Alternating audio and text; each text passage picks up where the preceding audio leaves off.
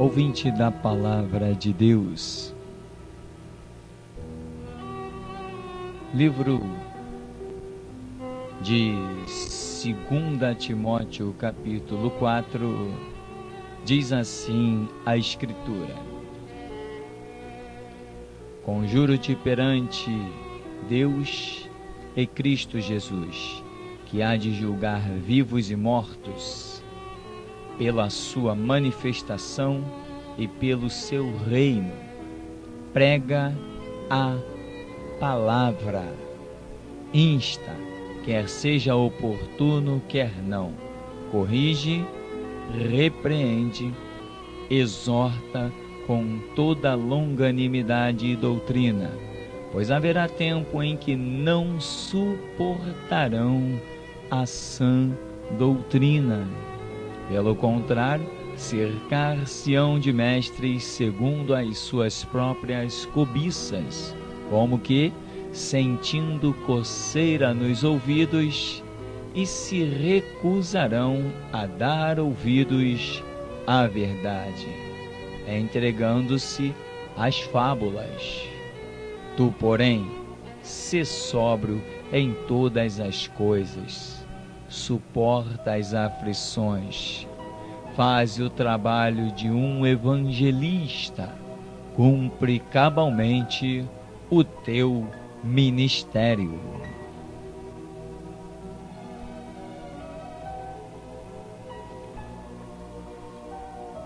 Querido, esta passagem bíblica, tremenda como muitas, eu quero atentar com você alguns detalhes desta passagem, em que o apóstolo Paulo, escrevendo a Timóteo, ele está falando de coisas concernentes a uma situação que surgiria e envolveria a vida de tantas pessoas. Bem, observa bem que Paulo diz assim, prega, mas ele diz, prega o quê? Ele diz, prega a palavra, insta, quer seja oportuno, quer não. Primeiro detalhe, a retórica de todo homem verdadeiramente homem de Deus é que ele se preocupa em dar a um povo somente palavras, conceitos, princípios, porque é isto que o reino de Deus se compõe, de princípios. Por isso diz a Escritura que Jesus se assentava, a multidão o rodeava e ele abria a sua boca e lhes ensinava. E os sinais seguiam a palavra. Bem, a história não muda porque Jesus disse, ide por todo o mundo e pregai o evangelho. Fazei discípulos, ensinando-os a guardar tudo o que eu tenho dito. É Mateus 28, 19, é Marcos 16, 15. Enfim, você vai encontrar sempre as ordens de Jesus a seus discípulos, é para pregarem a palavra, é para fazerem aquilo que a palavra revela. Então, aqui nós vemos pregar a palavra. O que você tem pregado, o que você tem se preocupado em aprender. Se você não aprender a palavra, você não poderá pregar a palavra. Você primeiramente tem que aprender para depois pregar. Jesus disse quando o interrogaram lá em Mateus 22, 29, ele diz, errais, não conhecendo as Escrituras, e automaticamente nem o poder de Deus. E também disse, novamente o questionavam, João 5,39, ele diz, examinai as Escrituras, vós cuidais ter nelas a vida eterna, e são elas que de mim testificam. Ou seja, Jesus está mandando aqueles homens que tinham a Escritura examinar. porque se não examinassem a Escritura, jamais poderiam crer cabalmente, plenamente, num Cristo que estava então sendo revelado.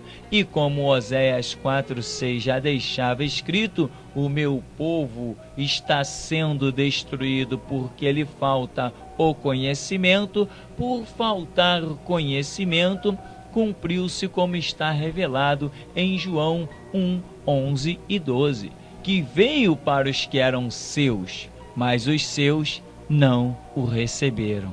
Mas a todos quantos o receberam, deu-lhes o poder de serem feitos filhos de Deus. Jesus diz para aqueles homens: examinem as Escrituras, examinem a palavra. Vocês vão ver que elas testificam de mim. Querido, você tem examinado a palavra? Você tem examinado a Escritura? A sua fé ela é fundamentada? A sua fé ela é racional? Ou você está vivendo uma autossugestão? Quando você diz que a Bíblia é a palavra de Deus, isso para você é apenas um slogan? Ou é realmente uma retórica na qual você vive e aposta a própria vida? Bem, é assim que se vê resultado no Evangelho, quando se vive a palavra. Aliás, Apocalipse 19 vai aparecer um cavaleiro montado no cavalo branco, e diz a Escritura que o nome pelo qual se chama é a Palavra de Deus, que é Cristo Jesus. Como diz a Escritura, em João capítulo 1, o Verbo se fez carne, habitou entre nós. No princípio era o Verbo é uma palavra em ação, e o Verbo estava com Deus, e o Verbo também era Deus. Ele estava no princípio com Deus, todas as coisas foram feitas por Ele, e sem Ele nada do que foi feito se fez. Como vai a sua vida e a palavra de Deus na sua vida? Se a Bíblia no seu coração, a sua vida vai bem. Você pode estar até na fornalha, na cova ou no vale da sombra e da morte. Mas se a palavra de Deus está em você, certamente, Deus que vela sobre a sua palavra para cumprir, tem te feito uma promessa. Provérbios 4:18. A vereda do justo é como a luz da aurora, vai brilhando mais e mais até ser dia perfeito. Como vai a palavra de Deus na sua vida? Você que anseia um ministério, você que anseia ser um grande no reino de Deus, qual o seu conhecimento bíblico? Bem, se não há conhecimento bíblico, não há ministério. Se não há Bíblia, não há Deus, porque a Bíblia é que nos revela Deus. Deus escolheu revelar-se pelas páginas de um livro, e assim traçou, e não tem como fugir disto.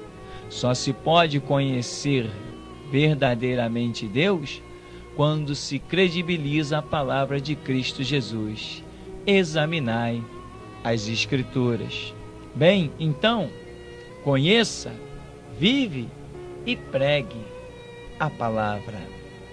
E a Escritura vai continuar dizendo no conselho do apóstolo Paulo: corrige, repreende, exorta com longanimidade e doutrina, pois haverá tempo em que não suportarão a sã doutrina. Pelo contrário, cercar-se-ão de mestres segundo as suas próprias cobiças, como que sentindo coceira nos ouvidos, e se recusarão a dar ouvidos à verdade, entregando-se a fábulas. O que são fábulas? Fábulas são historinhas sem princípio real e sem um fim lógico. Isto é uma fábula, algo passageiro, algo que não tem um princípio e não tem lógica. são historinhas do dia a dia que contamos para as crianças. Isso são fábulas. Agora, Paulo, ele diz: haverá tempo que não suportarão a sã doutrina. Ora, para quem Paulo está falando? Nós aí estamos chegando ao tema central do que queremos tratar nesta oportunidade. Se ele diz: não suportarão a sã doutrina, ele está falando para alguém outrora firme, outrora na doutrina, outrora no conhecimento bíblico, outrora caminhando verdadeiramente com Deus, outrora cheio do Espírito Santo, mas agora não suportando a sã doutrina, mas tangendo e caindo para a sua própria concupiscência. O que é a sua própria concupiscência? São os seus próprios desejos naturais. É o desejo de vestir-se muito bem, é o desejo de ter as luxúrias da terra, é o desejo de ter as coisas que compõem este planeta, é o desejo de ter os reinos do mundo, ter o seu ninho no alto, ter destaque, é o desejo de ser olhado como uma pessoa de bem na sociedade, de bem a níveis de coisas materiais e não a nível de caráter, dignidade, postura, atributos morais. Então, Paulo diz: não suportarão a sã doutrina. Ora, mas ele diz, tendo como coceira nos ouvidos, e cercar-se-ão de mestres, segundo a sua própria concupiscência, cobiça. Querido, atente bem para esta palavra e vá meditar. Estamos meditando em 2 Timóteo, capítulo 4, do 1 ao 5. Diz aqui: cercar-se-ão de mestres. Mas mestres segundo a sua própria cobiça e concupiscência. Porém, eu quero alertar você que está falando não de alguém qualquer, mas de um mestre. Porém, um mestre maligno, um mestre mal inspirado, um mestre predisposto em usufruir, ou seja, satisfazer a sua própria concupiscência. Porém, eu quero alertar você, um mestre não é alguém qualquer. O que é um mestre? É alguém que tem uma linha de raciocínio, certa ou errada. O que é um mestre? É alguém que tem algum conhecimento, certo ou errado. É alguém que está à frente de um grupo, passando uma diretriz, um conhecimento, certo ou errado. O mestre é alguém que conduz pelo ensino pessoas a um caminho, a um pensamento, certo ou errado. Agora, se você, como diz Hebreus 4:12, estiver cheio da palavra, que é a espada mais afiada e penetra a divisão da alma e do espírito, e que é apta para discernir as intenções, os pensamentos dos corações. Se você está cheio desta palavra, seguindo o conselho e conceito de Cristo Jesus, se verdadeiramente és um discípulo, você terá o discernimento para discernir, compreender e entender. Eis ali um mestre, porém um falso mestre. Querido, o peso do conhecimento da palavra é tremendo. O peso do conhecimento da palavra é glorioso. Vale a pena. Como vale? É uma maravilha. Acredite, faz diferença nessa terra conhecermos, e não só conhecermos, mas não sermos só ouvintes, mas sermos também praticantes, como escreve Tiago, faz uma diferença tremenda, porque Jeremias 1,12 o Senhor vai dizer que vela sobre a sua palavra para cumprir. Em Isaías 66, o Senhor vai dizer que, olha, para quem olharei?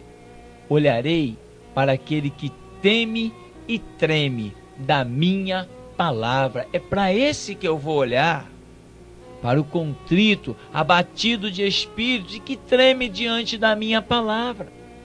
Portanto, você crente, você cristão, você que com orgulho se diz discípulo de Cristo, como está o conhecimento da palavra nos seus lábios? O que você tem pregado quando você sai para evangelizar? O que você diz para as pessoas? Você prega-lhes o evangelho?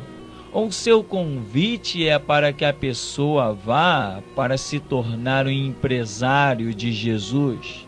Será que você não tem vendido Jesus como um produto barato qualquer que se acha em qualquer esquina? Será que você não tem tentado alargar a porta que Cristo Jesus já disse que é estreita?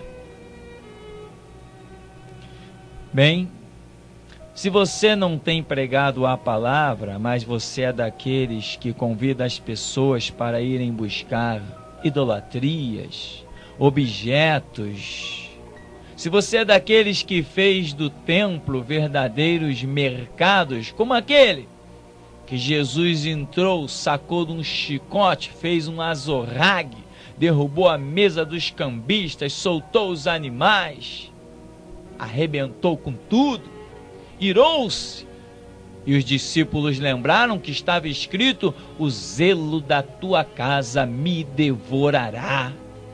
E Jesus disse: não fazeis da casa de meu pai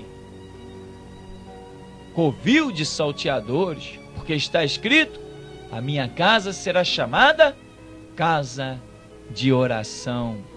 Você aí, onde você tem congregado, é uma casa de oração?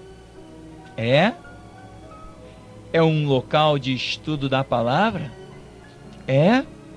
O último culto que você foi na sua igreja, você ouviu a palavra? Saiu de lá aprendendo mais uma lição da Bíblia? Teve as suas orações colocadas diante de Deus? Como foi o último culto da sua igreja? Você foi edificado? E aí? Ou você recebeu de falsos mestres belas lições pré-determinadas, extra-bíblicas? Olha, se você não conhece Bíblia, você é um escravo a caminho das negruras eternas. Porque João 8,32 vai dizer: conhecereis a verdade, e a verdade vos libertará. Você é liberto? Só se conhecer a verdade. Senão, está se iludindo, está clamando, está gritando liberdade, cheio de correntes e grilhões. Ou você é daqueles que ainda acredita que quando alguém expulsa um demônio, pronto, acabou, Deus está plenamente. Você ainda não conhece Mateus 7, 21 a 23, que diz que naquele dia muitos chegarão diante do Senhor e dirão que profetizaram, que expulsaram demônios e que fizeram maravilhas. E sabe o que Jesus vai dizer lá em Mateus 7, 21? Apartai-vos de mim, nunca vos conheci. Ora, querido, cuidado, você pode estar sendo tragado por falsos mestres terrivelmente. Se a Bíblia está abandonada na sua vida, você está abandonado por Deus, está entregue à mercê da própria sorte. Como está o conhecimento bíblico na sua vida? Se ele não há Deus na sua vida. Você sabe João 3,16? Sabe os primeiros versículos de Gênesis? Você sabe contar qualquer uma das parábolas? Como é que está o seu conhecimento bíblico? Se você não conhece Bíblia, você é um escravo acorrentado pelos falsos mestres. Nunca verá a glória de Deus. Bem,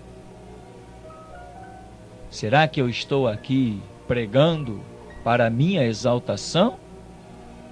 Será que eu estou com esta palavra querendo me colocar acima de alguém? O nome que eu estou exaltando não é o de Cristo Jesus? O que eu estou te aconselhando não é ir para a Bíblia e ler a Bíblia? O meu nome você nem vai saber. Mas que estas palavras hão de queimar contigo, hão de queimar no teu espírito.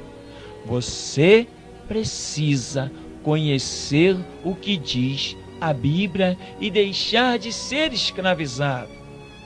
Ou você acha que todos os homens que estão de Bíblia na mão, dizendo Jesus, Jesus, Senhor, Senhor, são homens de Deus?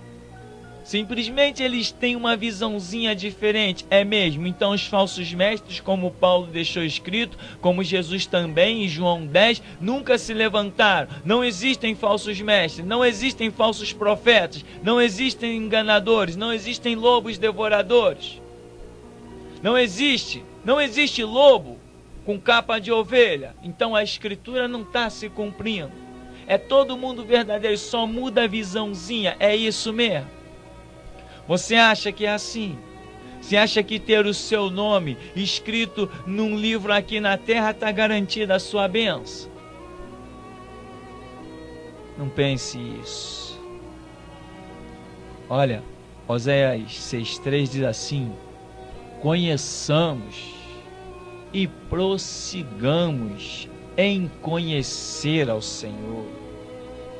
Oséias 6,4 vai dizer: eu quero misericórdia e não sacrifício, conhecimento de Deus mais do que os holocaustos. Bem, querido, a decisão é sua.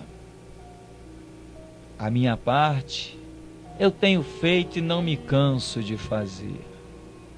Cada dia é pago um preço diferente, mas que Deus continue a achar na terra valentes, pessoas que elevem os seus olhos para os montes e saibam que o seu socorro vem do Senhor Deus, que fez os céus e a terra e que não deixará vacilar o nosso pé. Aquele que nos guarda não tosquenejará. Enquanto houver fôlego em mim, eu direi a você: leia a Bíblia, estude Bíblia, entra no teu quarto, fecha a tua porta, Mateus 6,6, fala com teu pai, pede a ele a direção. Senhor, para onde eu vou? Senhor, dá direção aos meus passos. Senhor, dá força aos meus músculos. Querido, como vai a sua vida? É apenas social?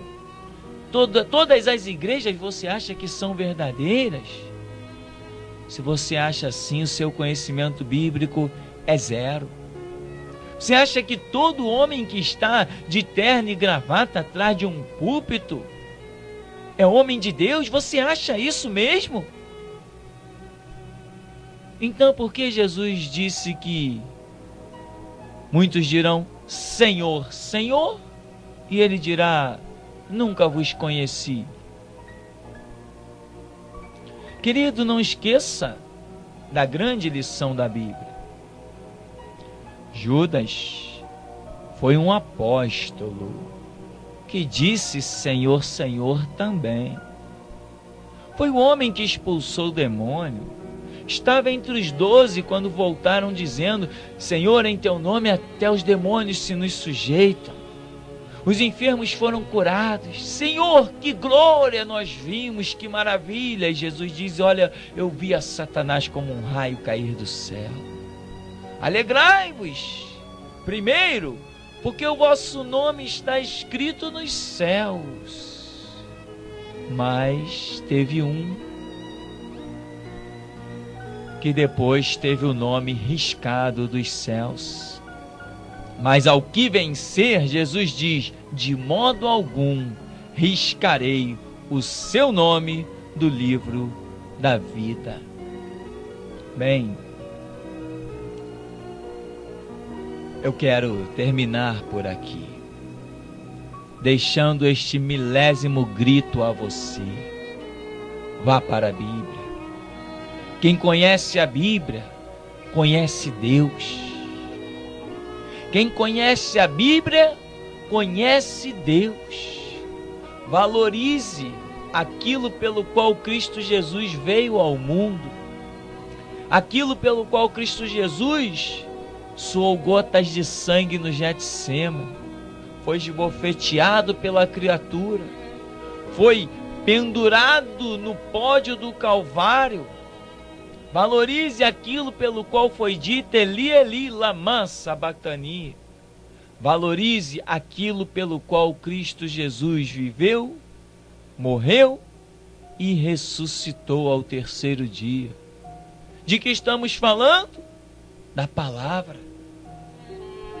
Mais uma vez eu quero dizer para você, quando você sai no evangelismo da sua igreja, o que você prega, ou você não prega nada. Você não tem coragem para pregar, você não tem conhecimento, você não tem disposição, o seu evangelismo é vazio e é barato. Você vende Jesus como um produto qualquer em liquidação. Você barateia o sacrifício, você barateia o sangue, você barateia a separação, você barateia o véu do templo ter rasgado-se, você barateia tudo. O céu ter se feito trevas, você barateia Cristo como um produto qualquer. Você não tem nem coragem de pregar a Cristo porque você não tem conhecimento de Cristo. O seu evangelismo se resume a entregar um folheto e dizer assim: vai na igreja. Por quê? Você é a igreja, as pessoas têm que ir a você. Quando os discípulos disseram assim: Senhor, despede a multidão, vem atrás de nós, olha, muita gente. A noite está caindo. Não temos como alimentar a multidão. E Jesus diz assim: dai-lhes voz de comer. Meu querido, você tem que dar de comer à multidão. É você. É você, a responsabilidade é sua. Seja a igreja cheia da palavra e do poder. E alimente a multidão. Apenas entenda esta palavra como alguém que te ama e que quer ver você alcançar a glória de Deus. Entenda esta palavra como alguém que ora para que Deus envie trabalhadores para a sua seara. Entenda essa palavra com alguém que está preocupado em ver a igreja de Jesus Cristo ser edificada pela palavra. Porque João 15:3 diz: vós já estáis limpos pela palavra que tendes ouvido. João 15:7: se vós estiverdes em mim, as minhas palavras estiverem em vós, pedireis o que quiser e vos será feito. Jeremias 1:12: que viste Jeremias, uma vara de amendoeira, viste bem, eu velo sobre a minha palavra para cumprir. Salmo 119, 105: lâmpada para os meus pés e a tua palavra luz para o meu caminho. Salmo 119, 11: escondi a tua palavra no meu coração, para eu não pecar contra ti. João 6:68 disse Pedro: Senhor, para quem iremos nós? Só tu tens as palavras de vida eterna. Querido, o Senhor te abençoe e te guarde. Sobre ti levante o seu rosto, te dê a paz.